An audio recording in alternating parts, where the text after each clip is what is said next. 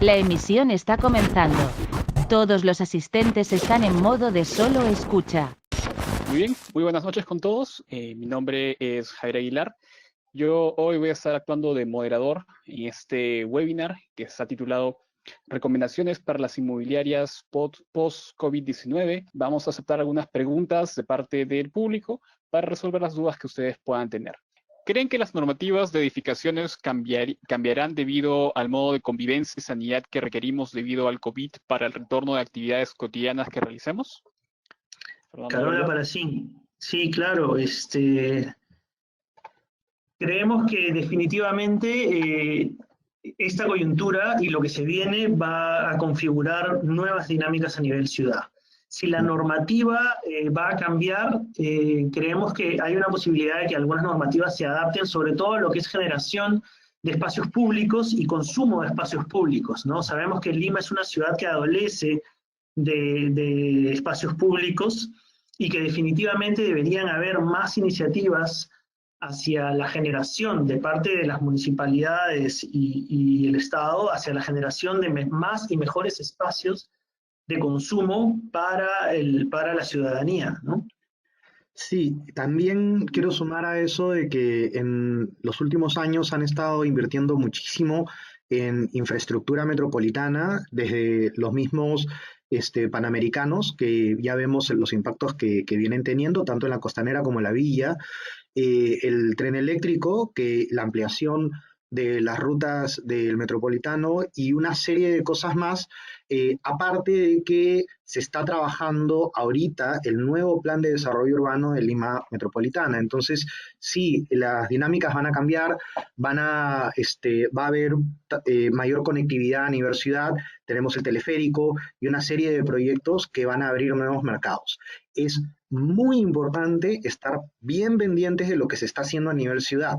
Esto va a generar de que nosotros podamos identificar las zonas donde los suelos van a ser más interesantes y donde van a haber mayor cantidad de dinámicas como para desarrollar proyectos con perfiles bastante específicos. No es lo mismo si es que aperturan el túnel de la Molina, ese segmento va a ser uno versus si es que se instaura el teleférico y cambian la normativa en ese sector, es otro segmento totalmente diferente, y una vez que pase todo el tema de Caraballo con el metropolitano, es otro segmento totalmente diferente. Entonces hay que estar atentos cuándo se van a inaugurar, qué proyectos se están haciendo y qué características tiene cada proyecto. ¿Cómo ven el comportamiento de la demanda de oficinas e industria? Oficinas es un mercado complicado, pero que ha sufrido unos cambios interesantes últimamente. Se hablaba mucho sobre cómo el sobrestock de oficinas que hubo en los pasados años, un poco que mató el mercado de oficinas, lo cual desde nuestra perspectiva no resultaba tan cierto, ¿no? Sino que más bien oficinas no es que murió, sino que se reconfiguró un poco, ¿no? Y se reconfiguró para hacer un poco más de sentido a lo que significa el empresariado peruano. Hoy por hoy vemos muchos proyectos de oficinas que se han volcado hacia formatos mucho más pequeños, incluso más allá del típico formato boutique que todos conocemos, que está alrededor de los 60 a 70 metros cuadrados, sino más bien ya hacia los formatos de consultorios, y no específicamente los consultorios médicos, sino con su formato consultorio, hablando de oficinas de 20 o 25 metros cuadrados.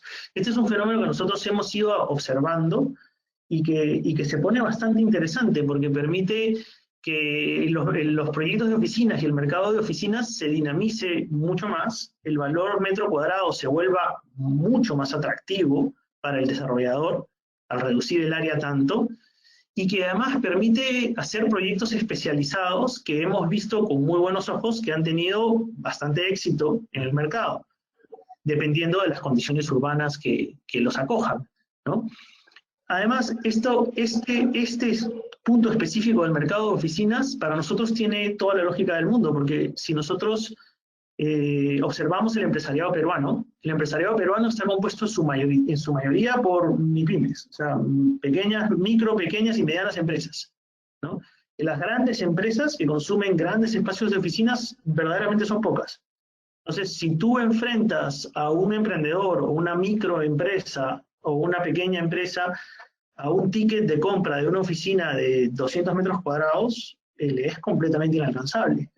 Pero si enfrentas a esa misma empresa a un ticket que se establece alrededor de 20 metros cuadrados, pues si hablamos de 10.000 soles el metro cuadrado, que ya es de por sí muy superior al metro cuadrado tradicional, igual te sigues manteniendo dentro de un rango de precio muy accesible para una persona natural.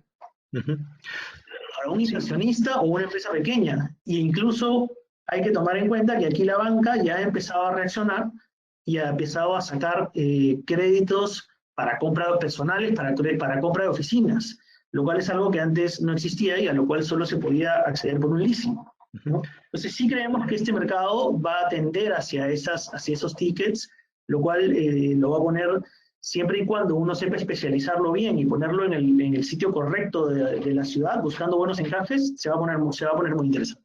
¿Cómo vemos de aquí en adelante el mercado de oficinas? Yo pienso de que van a estar alrededor de las ciudades o los sectores donde han recibido mayor cantidad de inversión, tanto en infraestructura como en diferentes tipos de cosas. Por ejemplo, si pensamos en Chavimochic en su momento, cómo dinamizó el mercado de Chiclayo, podemos hablar después de Olmos, aunque todavía no está funcionando, pero podemos hablar de Olmos, de qué es lo que podría pasar, podremos hablar de los trenes de cercanía, podremos hablar de diferentes cosas que van a activar provincias y que van a activar diferentes ciudades, y esos lugares que se activen van a ser principalmente para empresas que brindan servicio a estas grandes empresas operadoras. Por lo tanto, no van a ser empresas muy grandes y por lo tanto la oferta no puede ser de muchos metros cuadrados. Hay que saber, como dijo Giorgio, en qué parche de la ciudad nos estamos metiendo para entender qué características la oficina va a tener. Eso es fundamental, porque no podemos hacer una oficina tipo consultorios de médicos si estamos en el puerto del Callao, porque no hay servicios complementarios que realmente dinamicen este mercado o este tipo de oficinas. Entonces hay que entender bien. Si es que, debido a la automatización, ¿hasta qué punto es recomendable que el asesor haga seguimiento mediante canales como mail o WhatsApp? Es decir, ¿de qué manera evitamos el doble trabajo? Algo que recomendamos es, si es que ustedes tienen la capacidad de hacerlo, en el formulario pongan, por ejemplo, mediante qué canal esperaría, o digamos, qué canal preferiría el cliente que sea contactado, ¿no? Después poner opciones, que quiere ser contactado por correo, por celular, por mensaje de texto, por WhatsApp. Es decir, ahí le das un poco más la agencia, ¿no? Ya saben que, ok, pues estoy poniendo que quiero que me contacten por correo, y lo natural sería que me contacten por un mail. De ahí, a nivel de cuántos toques deberías darle a un lead antes de, digamos, ya dejarlo en paz, por así decirlo, eso depende un poco también del producto, depende un poco del benchmark que puedan tener a nivel interno, ¿no? Pero sí, quizás más allá de, o sea, si es que te ha dejado un canal por lo cual preferiría contestarte y no te sigue dando más bola, lo ideal sería, creo yo, dejarlo ahí, ¿no? Pero creo que 2 toques puede ser un estándar para probar, o sea, quizás el primero no lo vieron, el segundo, bueno, ya, ahí quedó, ¿no? Pero sí, lo ideal es no caer en el tema de acostar al lead, ¿no? O sea, que por haber dejado un formulario le lleguen mensajes, le lleguen llamadas, es lo peor del mundo y les quita seriedad como marca. Así que cuanto menos toques puedan tener, mejor. ¿Qué tipo de bonos podrían otorgar las municipalidades para impulsar el sector inmobiliario? Esta es una pregunta de la cual nos gusta hablar bastante. Hemos hecho ya algunas conferencias con Fernando para distintas entidades sobre este tema. Y es un tema que es muy interesante. Vamos a tratar de contestarla lo más rápido posible, pero básicamente estamos hablando a nivel de municipalidades de una correcta gestión del suelo. O sea, una municipalidad, teóricamente, y un alcalde y un equipo municipal y un gerente de desarrollo no deberían tener muchos problemas para poder atraer al brazo inmobiliario, siempre y cuando entiendan que el desarrollo y la recaudación y la prosperidad del distrito va de la mano con la inversión en infraestructura, y que para lograrlo hay medidas muy importantes que se pueden establecer y están todas alrededor del manejo del suelo. O sea, hablamos de cosas que aquí se han hecho tímidamente. Por ejemplo, en Miraflores, alguna vez se hizo por nuestro alcalde actual de Lima, cuando era alcalde de Miraflores, medidas como bolsones de metros, por ejemplo, una correcta administración de la altura para establecer bonos de edificabilidad a través de las municipalidades, es un mecanismo muy potente para atraer a la inversión privada. Hacerlo de manera ordenada en los ejes que la municipalidad desea desarrollar y hacia donde desea atraer inversión es básicamente la clave para nosotros de la normativa que debería ser aplicada, ¿no? O sea, crear, por ejemplo, o sea, lo importante de una municipalidad, de un alcalde, es que tiene la potestad de crear metros cuadrados en el aire. O sea, básicamente crear suelo de la nada. Entonces, si yo soy un alcalde y puedo crear un bolsón de X cantidad de metros cuadrados y sacarlos a la venta para poder hacer transferencias de edificabilidad de una zona a otra y poder poner a disposición de la inversión privada esta edificabilidad, pues es una excelente manera de atraer inversión privada. Sí, ahora, complementando un poco lo que dice Giorgio, la pregunta es bien compleja. De hecho, es bien compleja por varias razones. Primero, no todo espacio en la ciudad se parece y no todos tienen los mismos problemas. Y de hecho, la vocación de la municipalidad no es traer inversión inmobiliaria. La vocación de la municipalidad es una adecuada gestión de los recursos. Y de hecho, sabemos que hay déficit de espacio público, problemas de peligrosidad, problemas de infraestructura. En algunos sectores pueden haber déficit de desagüe, etc. Entonces, ¿qué es lo que se debe hacer? Principalmente hay que entender cuál es la coyuntura del espacio de la ciudad en la que estás, qué problemas tiene, y principalmente entender por qué a alguien hoy le gustaría venir a vivir acá, o qué público está buscando vivir acá, y qué actividades o qué características tiene el público que hoy en día vive acá. ¿A qué voy con eso?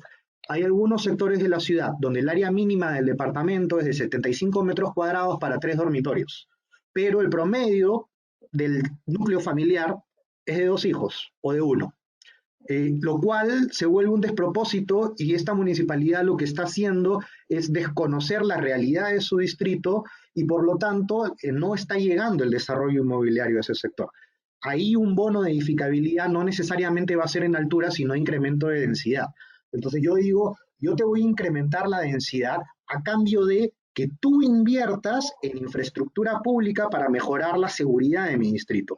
Este es el caso de Bellavista. Bellavista tiene serios problemas de seguridad, tiene familias relativamente pequeñas, 3, 4 personas en la mayoría de los casos, y que muchas personas que quieren vivir cerca de Bellavista es porque trabajan en el puerto, o trabajan en Cercado, o trabajan en San Miguel. Entonces son familias relativamente jóvenes, dinámicas, comerciantes, que están buscando cambiar o acercarse a su lugar de trabajo. Y la zona de Bellavista tiene una serie de infraestructuras que tranquilamente podría ser aprovechable, pero lamentablemente el desarrollo inmobiliario no va porque el producto que tendría que vender estaría muy por encima de la capacidad adquisitiva. Las personas que buscan vivir ahí no necesitan tanta área, por lo tanto no buscan pagar tanto. Y además, ese parche de la ciudad tiene una serie de déficits tanto de seguridad, de percepción, de marca, que la municipalidad debe gestionar y solucionar. Entonces, ese es un ejemplo. Y así podemos hablar de los malecones, de Ate, de Caraballo, de Chorrillos, y cada uno... Sí, claro, no podríamos pasar la noche entera hablando de todas las diversas ciudades, las partes de la ciudad. Pero sí, es lo importante, más que la iniciativa provenga y a lo que rescato de lo que queremos decir entre Fernando y yo, es que muchas veces hemos visto a nivel de consultores buenas iniciativas que vienen desde el privado y que son bien recibidas por las municipalidades. O sea, no le tengamos miedo a pensar fuera de la caja y acercarnos a la municipalidad. Yo sé que las municipalidades tienen reputación de no admitir muchas veces iniciativas atrevidas o que modifiquen los paradigmas establecidos, pero no se pierda nada con intentarlo. Hemos visto casos exitosos de desarrolladores que han podido lograr hacer canjes de beneficios como los que menciona Fernando, ¿no? O sea, yo puedo cederle un poco a la ciudad de mi terreno, mejorar el entorno en el cual estoy emplazando mi proyecto a cambio de una mejora no necesariamente de altura, sino de densidad. Entonces, nosotros los invitamos siempre a tratar de, al sector inmobiliario, a tratar de desarrollar estas estrategias, ¿no? Y de llevarlas a cabo porque sabemos que por el lado municipal el camino es mucho más largo. Pregunta Lisette Ramírez si es recomendable usar Big Data para el caso de las ventas. El concepto de Big Data está enfocado en analizar gran cantidad de información. En el caso del sector inmobiliario, se podría analizar, por ejemplo, se podría utilizar Big Data para poder entender mejor cuáles son el comportamiento de los consumidores, para definir un perfil. Sin embargo, todavía es un proceso que consideramos puede tomar un tiempo en el mercado, ¿no? De hecho, el proceso de digitalización de algunas inmobiliarias todavía está recién, digamos, empezando, y para poder realizar una acción o para poder realmente implementar Big Data, hay que uno tener digamos, un data warehouse donde tengamos grandes volúmenes de data que generalmente las inmobiliarias no lo manejan de esa manera, ¿no? Cuando hablamos de Big Data estamos hablando de millones de datos. En este caso, lo que se puede hacer es un análisis descriptivo de la base de datos que ustedes tengan, o se puede implementar tal vez modelos a nivel de modelos predictivos, por ejemplo, a nivel de lo que es automatización mediante Machine Learning, modelos predictivos que te permitan identificar cuál es un cliente que tiene más probabilidad, por ejemplo, de cerrar, ¿no? Bajo criterios como puede ser edad, ingresos, diferentes factores, ¿no? Entonces, ya no solamente es esa experiencia o ese olfato que puede tener un ejecutivo con bastante años de experiencia en el sector inmobiliario, sino también la misma data, mediante los perfiles y analizando esta información, te puede brindar un resultado basado en un análisis estadístico, ¿no? Así es. Bueno, tenemos varias preguntas más, pero nos hemos extendido ya bastante de la hora. Les agradecemos igual a todos por los que se han quedado aquí y nos han acompañado. Vamos a recoger todas las preguntas, no se preocupen, para los que han dejado sus preguntas, no quedará preguntas sin contestar. O sea, tenemos ya registrada la base de datos de todos los asistentes.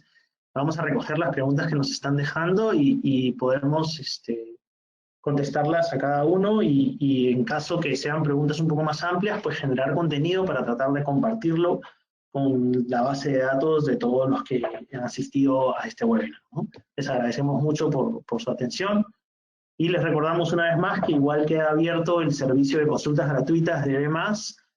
Me parece que Dufan también se ha sumado a la iniciativa, poniendo todos un poco el hombro para dinamizar el sector. Así que nada, contáctenos para todo lo que quieran. Estamos a su disposición y una vez más, muchas gracias por acompañarnos.